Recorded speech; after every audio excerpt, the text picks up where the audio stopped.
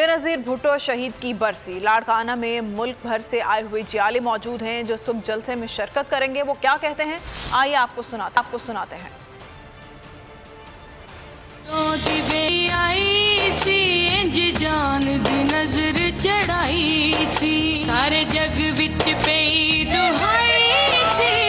हर साल जो उसके वर्सी मनाते हैं और गड़ी गुजा बच जाते हैं। लाखों की तादाद पूरे पाकिस्तान में आते हैं।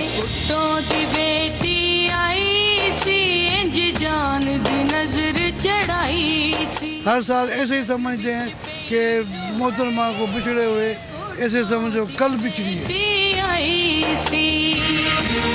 मोहतरमा बेनज़ीर भुट्टो शहीद और जानिसाराने बेनज़ीर को हर साल पाकिस्तान पीपल्स पार्टी के जियाले डिवीजन भर से खराज अकीदत पेश करने के लिए आते हैं। शहीद मोहतरमा बेनज़ीर भुट्टो की बरसी के 15वीं बरसी के लिए मैं मुख्तलिफ शहरों के होते हैं आज मैं शहीद मोहतरमा बेनज़ीर भुट्टो की मज़ार के सामने मौजूद हूँ। इस वक्त भुट्टो की बेटी आई सी जान दी नजर चढ़ाई सी।